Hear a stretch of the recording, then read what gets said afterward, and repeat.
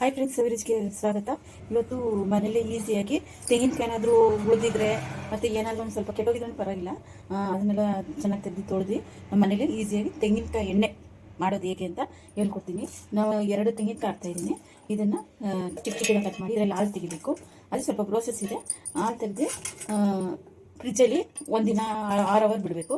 ಆಮೇಲೆ ಹೆಂಗೆ ಮಾಡೋದು ಅಂತ ಹೇಳ್ತೀನಿ. ಇವಾಗ ಹಾಲು ತೆಗಿಯೋಣ.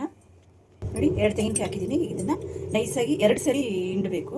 ನೋಡಿ, ರುಬ್ಕೊಂಬಂದಿದ್ದೀನಿ. ಈಗ ಹಾಲು ತೆಗಿತಾ ಇದ್ದೀನಿ ಚೆನ್ನಾಗಿ ಹಿಂಡಿ. ಇನ್ನೊಂದು ಸರಿ ರುಬ್ಕೊಂಡು ಇನ್ನೊಂದು ಸರಿನೂ ಹಾಲು ತೆಗೆಯೋಣ. ಆ ಥರ 2 ಸರಿ ರುಬ್ಬಿ ಹಾಲು ತೆಗೆಯೋಣ. ನೋಡಿ, ಇಷ್ಟು ಹಾಲು ಸಿಕ್ಕಿದೆ.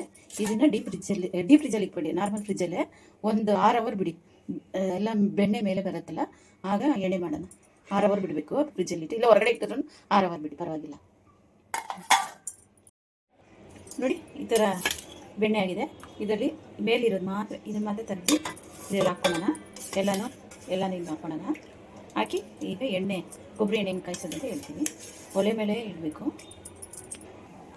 ಒಲೆ ಫಸ್ಟು ಜೋರಾಗಿರಬೇಕು, ಕುದಿ ಬರೋವರೆಗೂ, ಚೆನ್ನಾಗಿ ಕುದಿ ಬರೋವರೆಗೂ. ಆಮೇಲೆ ಮೀಡಿಯಮಲ್ಲಿ ಇಡಬೇಕು. ಈ ಥರ ಚೆನ್ನಾಗಿ ಕುದಿಬೇಕು. ನೋಡಿ, ಈ ಟೈಮಲ್ಲಿ ಮೀಡಿಯಮಲ್ಲಿ ಇಟ್ಟು ಇನ್ನೂ ಒಂದು 10 ನಿಮಿಷ ಹಂಗೆ ಕುದಿಯಲ್ಲಿ ಬಿಡಿ. ನೋಡಿ, ಎಣ್ಣೆ ಬಿಡ್ತಾ ಇದೆ. ನೋಡಿ, ಬೆಸ್ಟ್ ಎಣ್ಣೆ ಬಿಟ್ಟಿದೆ. ಹಿಂಗೆ ಇದು ಫುಲ್ಲು ಕಲರ್ ಚೇಂಜ್ ಆಗಿಬಿಟ್ಟಿದೆಲ್ಲ, ಆವಾಗ ಫುಲ್ಲು ಎಣ್ಣೆ ರೆಡಿಯಾಗಿದೆ ಅಂತ. ನೋಡಿ, ಎಲ್ಲ ಎಣ್ಣೆ ಬಿಟ್ಟಿದೆ. ನೋಡಿ, ಇದೆಲ್ಲ ಎಣ್ಣೆ. ಮನೆಯಲ್ಲೇ ಈಸಿಯಾಗಿ ತೆಂಗಿನಕಾಯಿ ಏನಾದರೂ ಜಾಸ್ತಿ ಇತ್ತು ಅಂದರೆ ಈ ಥರ ಮನೆಯಲ್ಲೇ ಕೊಬ್ಬರಿ ಎಣ್ಣೆ ಮಾಡ್ಬೋದು. ಅಂಗಡಿಯಲ್ಲಿ ತೊಗೊಳೋದಿಲ್ಲ, ಮನೆಯಲ್ಲೇ ಚೆನ್ನಾಗಿ ಮಾಡ್ಬೋದು. ನೋಡಿ, ಎಷ್ಟು ಚೆನ್ನಾಗಿ ಎಣ್ಣೆ ಬಿಟ್ಟಿದೆ ಎಲ್ಲನೂ. ಅದು ಕಲರ್ ಚೇಂಜ್ ಆಗಬೇಕು. ತೆಂಗಿನಕಾಯಿ ಸ್ವಲ್ಪ ಕಲರ್ ಬ್ರೌನ್ ಕಲರ್ ಬಂತಂದರೆ ಫುಲ್ಲು ಎಣ್ಣೆ ಸಿಕ್ಕಿದೆ ಅಂತ.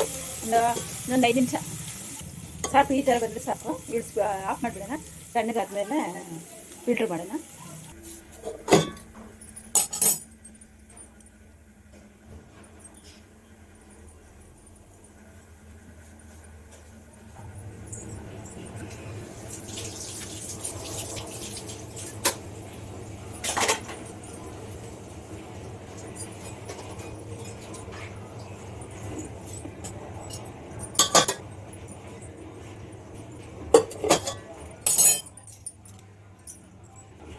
ಸೋಸಿದ್ದೀನಿ. ನೋಡಿ, ತಯಾರಾಯಿತು. ಪ್ಯೂರಾಗಿ ಕೊಬ್ಬರಿ ಎಣ್ಣೆ ಮನೆಯಲ್ಲಿ ಈಸಿಯಾಗಿ ಮಾಡ್ಕೊಬೋದು. ಒಂದು 2 ತೆಂಗಿನಕಾಯಿ ಮಾಡಿತ್ತು. ಇಲ್ಲಿ ಒಂದು ಸರಿ ಟ್ರೈ ಮಾಡಿ. ನಿಮ್ಗೆ ಮಾಡೋಕ್ಕಾಗಿದ್ರೆ ಹೇಳಿ ಮಾಡ್ಕೊಡ್ತೀನಿ. ಲೈಕ್ ಮಾಡಿ, ಶೇರ್ ಮಾಡಿ, ಸಬ್ಸ್ಕ್ರೈಬ್ ಮಾಡಿ. ಒಂದು ಎಣ್ಣೆ ಸಿಕ್ಕಿದೆ.